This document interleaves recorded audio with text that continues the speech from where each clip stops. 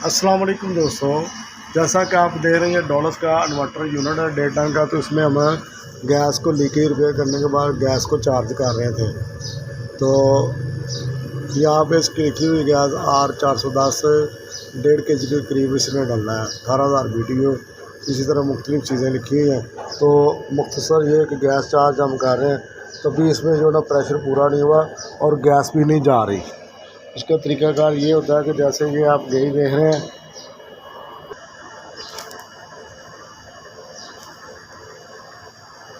तो 110 के इतने के करीब 10-20 है प्रेशर। तो ये 150 के करीब आना होता है।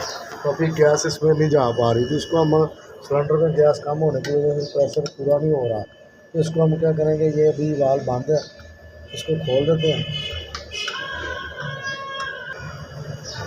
इसको हम खोल देंगे।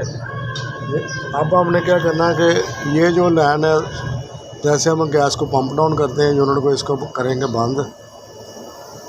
तो उसका तरीकाकार ये होता है कि सिलेंडर में चलो जैसे ये देखें जाना शुरू हो गई, दो जाना शुरू हो गई। अब हमने क्या करना है कि अब हमने इसको खोलना है साथ। इस तरीके से हम गैस को पूरा कर सकते हैं।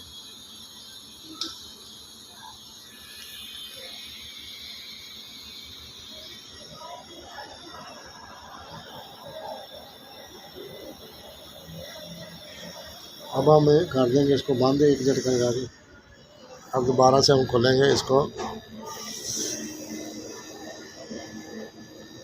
तो अभी दोबारा से देखते हैं प्रेशर, कुछ देर चलने देते हैं और इसको चेक करते हैं अभी प्रेशर।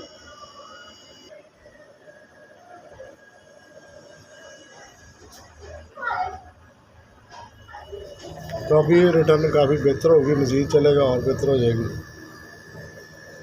इस तरीके के साथ आप गैस को पूरा कर सकते हैं ईजीली। अगर वीडियो अच्छी लगे तो लाइक ज़रूर किया करें। मज़ीद हमारी वीडियो देखने के लिए चैनल को सब्सक्राइब करें। मिलेंगे दोस्तों नेक्स्ट वीडियो में, तब तक के लिए अल्लाह हाफ़िज़।